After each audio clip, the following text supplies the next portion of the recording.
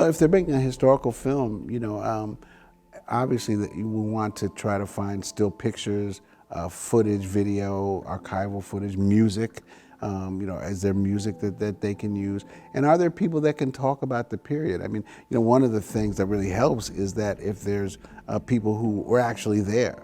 So one of the things that we found, for so many films that we've made is like there's this golden period, that's like 50 years back or even 20 years back, 30 years back, where people are still alive, but they have vivid memories. So Attica, the murder of Emmett Till, Freedom Riders, Freedom Summer, Jonestown, all of those films, we found witnesses, and that really helped. You don't need it. We obviously couldn't find any witnesses for Harriet Tubman and Frederick Douglass, but it kind of helps. But if you don't have witnesses, then you need historians or librarians or teachers or someone who can tell you that story with some authenticity, but also with some emotion, and really bring you so that you as a viewer or as a filmmaker are right back there in that historical setting.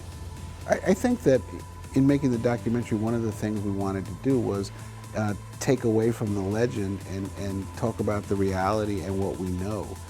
I don't think that I've ever seen a documentary film about Harriet Tubman. I've kind of heard things and read little things, but I didn't know the amount of information that we can get from a documentary film. And I think there's certain things that we wanted to talk about in the documentary. We wanted to talk about her beliefs and that she had a certain amount of mysticism about her beliefs, that she felt that she was called by God to do this, that she was a woman and a small tiny woman, and that she did these things, that she was in charge, that it wasn't that there was somebody else that was in charge, that she was in charge, that she chose to do this over and over and over again, and the bravery of what she did. And then I think so many other things about her life are not known. Her marriage, her first escape, her role in the Civil War, her role as a spy in the Civil War. So many of the other things are not really known, and we wanted to be able to tell that story because,